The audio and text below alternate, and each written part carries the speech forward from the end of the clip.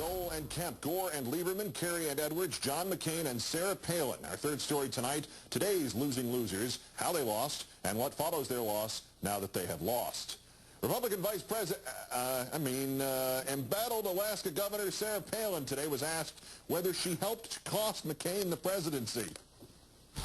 I don't think anybody should give Sarah Palin that much credit that I would trump an economic woeful time in this nation that occurred about 2 months ago, that my presence on the ticket would trump the economic crisis that America found itself in a couple of months ago, and attribute John McCain's loss to me. But now, having said that, if I cost John McCain even one vote, I am sorry about that, because John McCain, I believe, is the American hero. I had believed that it was his time.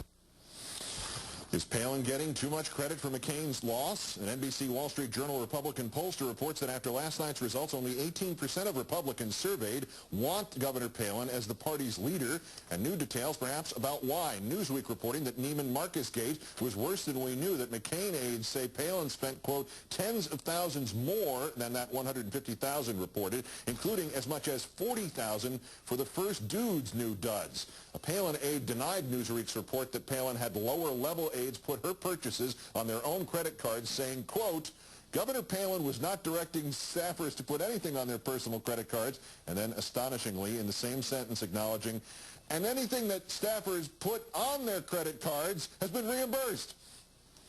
A McCain aide called the shopping spree, and this is one for your SIG file, quote, Wasilla hillbillies looting Neiman Marcus from coast to coast. Damn Republican elites. Newsweek reports that McCain barely even spoke with Palin during their campaign, and that campaign strategist Steve Schmidt had to smack Palin down when she asked whether or not she could speak to the nation during last night's concession speech. Lose your own damn presidential election. Let's bring in Democratic strategist Chris Kofinas, formerly communications director for the Edwards campaign. Chris, good evening. Good evening, Keith. And here come the postmortems. This Wall Street Journal timeline was there was the shaky practice debate by Palin, which caused McCain to want to push the reset button on his campaign, hence suspending it putatively, at least, before the economic crisis. The story, their cover story, the spin, the alibi today is it was the financial crisis that did it to John McCain. Is that accurate, or was it how he handled it that was more an impact on the campaign?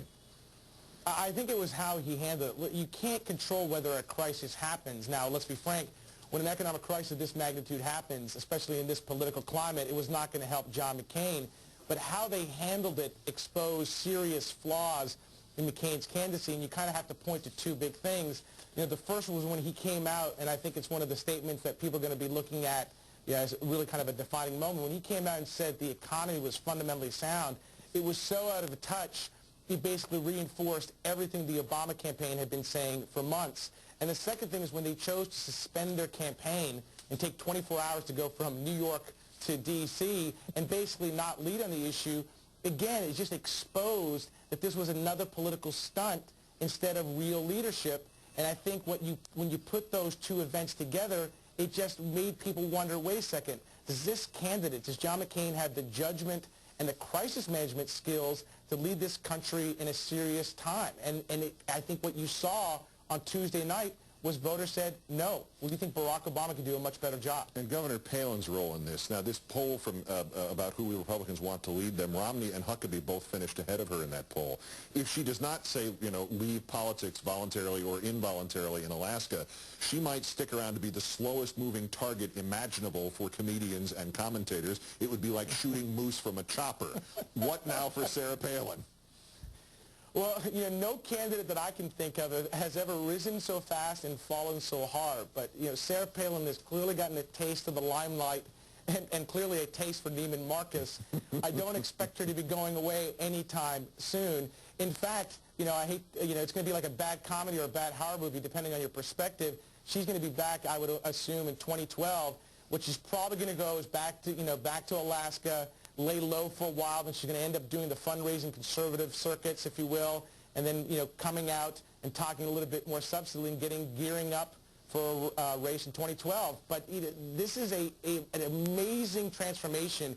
She went from an unknown figure to a star to a caricature in about 2 months. And it's amazing that, that she actually thinks she has a future, but, I guess maybe stranger things have happened, but I can't think of it right now. I may have to donate to her campaign just to keep her in the news. More broadly, after all this, with this defeat, what is the Republican Party right now? I mean, there's no congressman in the Northeast now is from this party. They have the South, some of the West, mostly in low-population states. Is this a national party at the moment? Well, it is at least a name. There's a civil war that's going to brew, if not going to erupt, within the Republican Party between the moderate wings and the more conservative right wings. And it's going to be interesting to see how it plays out. What's fascinating to me is listening to some of these conservative commentators. It's like, did they watch the election on Tuesday in terms of what's happening? There is an ideological and demographic shift happening in this country that is putting Republicans in a deeper hole. The way they talk about issues is not connecting with voters. And the way they talk about their ideology and philosophy is not connecting with voters. They keep talking about Ronald Reagan like he was in office 2 years ago. It was 28 years ago when he got sworn in. So the notion that they can simply just go back to conservative principles, become more conservative, and they're going to resurrect the party. Listen, as a Democrat, I hope they keep following that philosophy because it'll be good for us. What about McCain himself? I mean, clearly his finest 2 moments in the campaign when he defended Obama in front of the town hall in Minnesota, and last night when he defended Obama again. I mean, does he become actually a maverick now against his own party and work with the president-elect?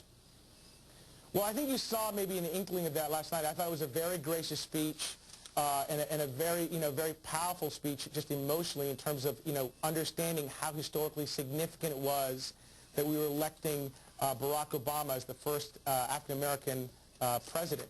But I think what you're going to see from John McCain, he's going to embrace probably more of his maverick tendencies and try to fulfill his legacy and not necessarily be more of a conservative. But that's going to be an interesting story to watch, how those 2 candidates, or former 2 candidates, play together.